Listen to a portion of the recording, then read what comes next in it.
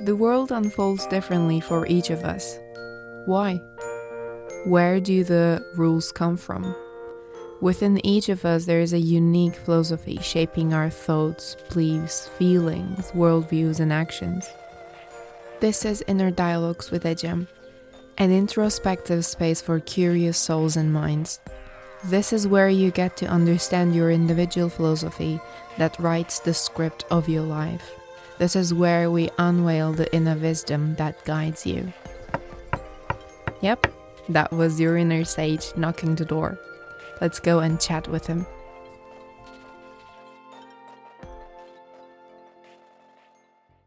Hi, it's Ecem. Welcome back to Inner Dialogues with me. Yesterday, as I was creating this week's post for Instagram, I had a chance to dive deep into the Release, Remember, Discover, Reflect, Embrace framework that I mentioned to you before. This week, we are going on a journey from the cave to the sunlight on my Instagram account, the journey we took together last week here on this podcast. Every day will be one step in that framework. And as I was writing the caption for the first step, release, it opened up many more things within me, and I decided to write an episode about it. I'm not promising anything, but my plan for now is to create further episodes for each step of that journey from the cave to the sunlight so that we can discuss and open a space for each of them and realize the places that need a bit more sunlight and care within us. If you're not familiar with this journey, you are more than welcome to join me in the previous episode as well as on my Instagram account to take the journey together. This journey is basically the journey I take with my clients in my coaching. Based on that, I created the RRDRE framework.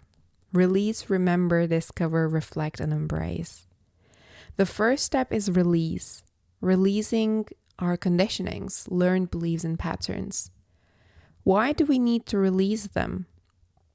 Before we answer that, let's ask this. How do we perceive the world? We perceive the world through the lens of our perceptions. To oversimplify, when I say this, the following image comes to my mind.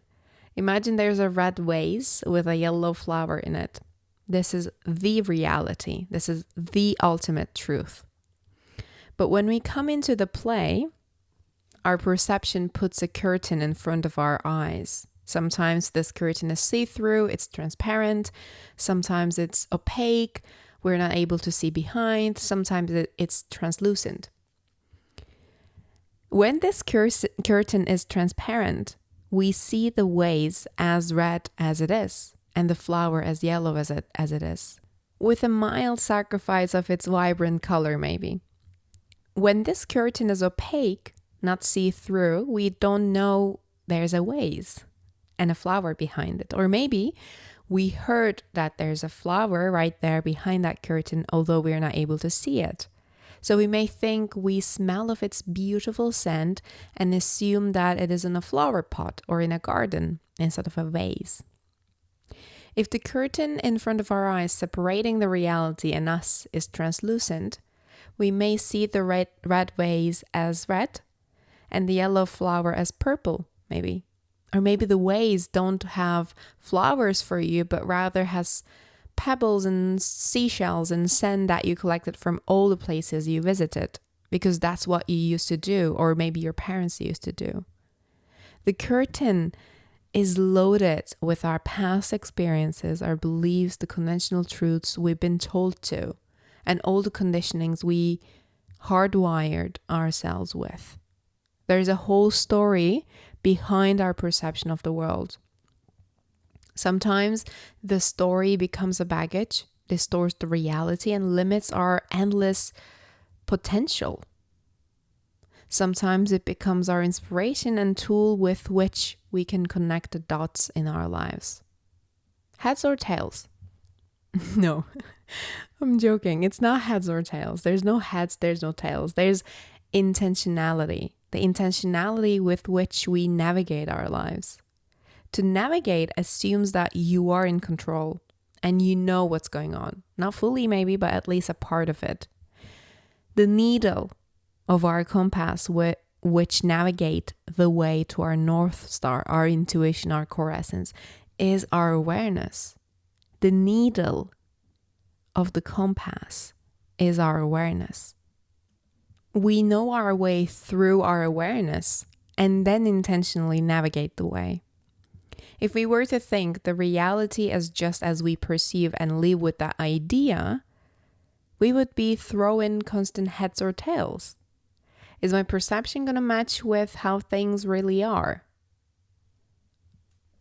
Having that curtain of perception in front of our eyes is a consequence of being a human.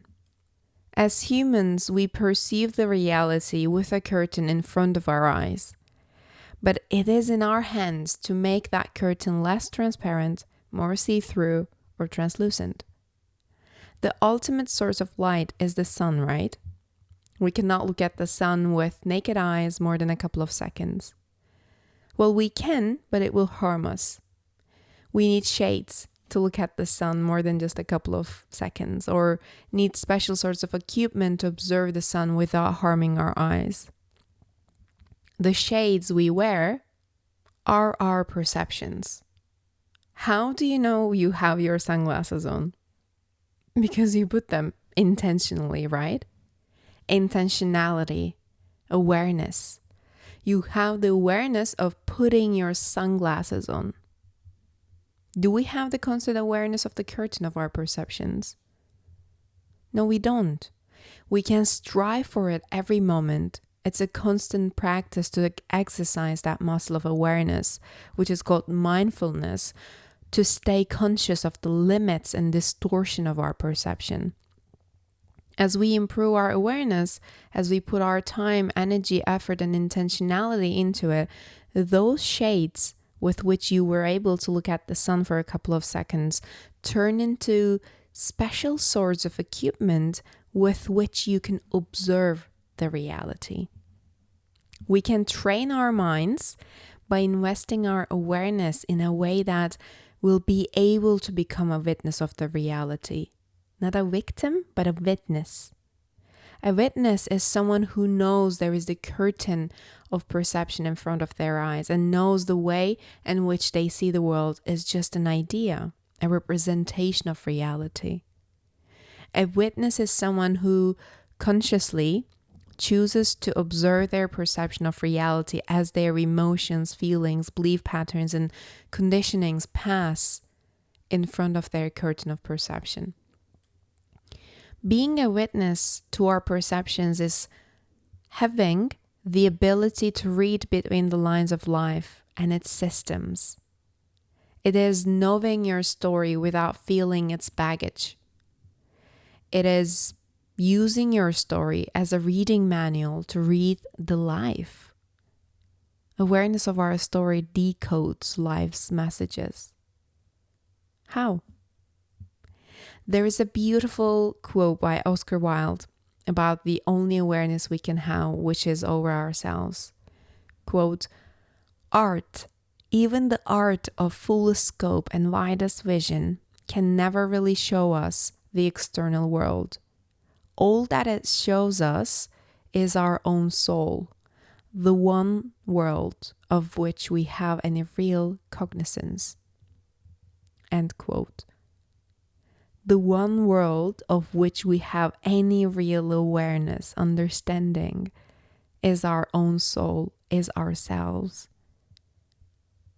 What does having an awareness of our story bring to us? It brings us patterns. Our reaction patterns, our triggers, our motives, our struggles, our stucknesses, our belief systems, shortcuts, conventional truths that we took as our truths, and all the things we conditioned ourselves, our conditionings.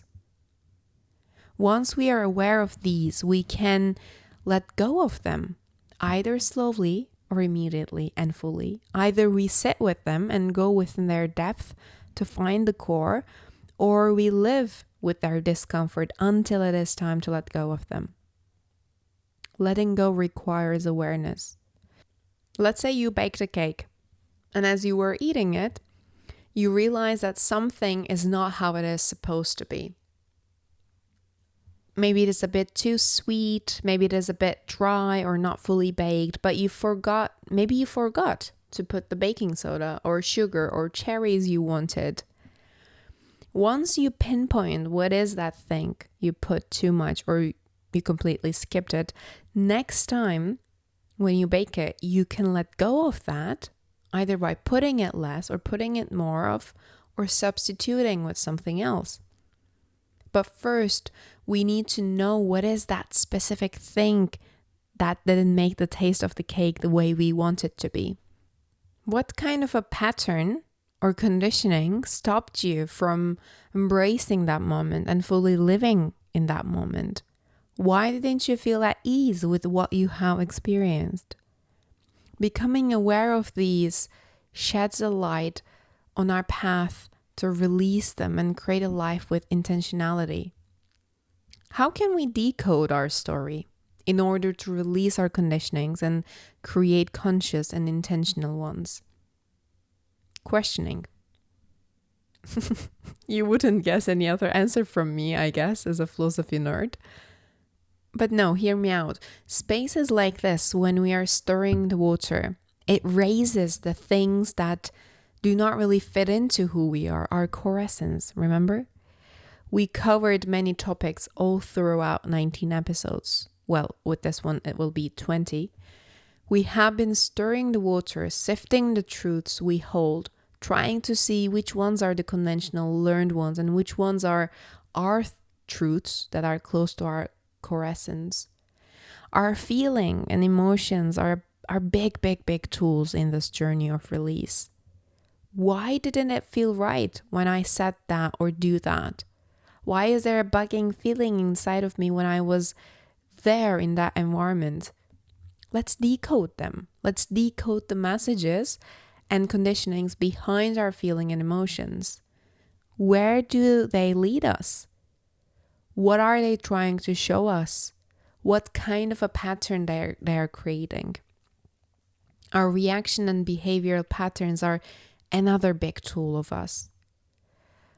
Why am I doubting myself as I'm about to start taking action? Why do I get irritated, angry, frustrated, happy, lightheaded when he said this to me, when I said this to him, when I'm about to do this or that? Being aware of our feelings, emotions, reactions, and behaviors allow us to take a conscious decision to let go of them, to release them in order to create an intentional way of living. A living that is not on autopilot, but it is intuitive, heart-driven, and intentional. Now it's your turn. We have stirred the water. What have you left with?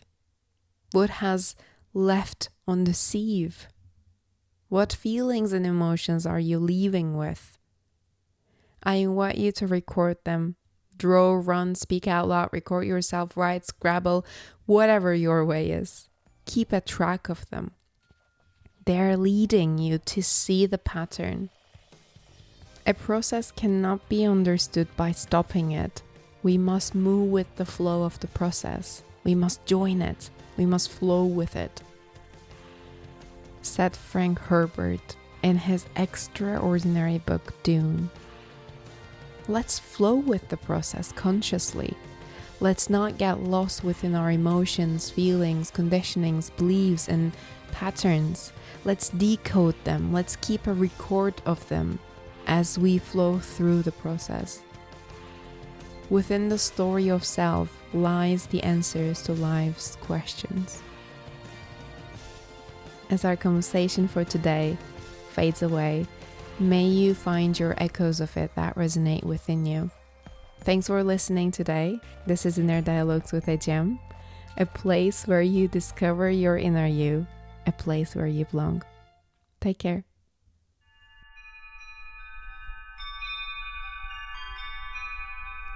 If you like to decode your life, your conditionings and beliefs, and create intentional living aligned with your aspirations, passions, and dreams, let's have a chat.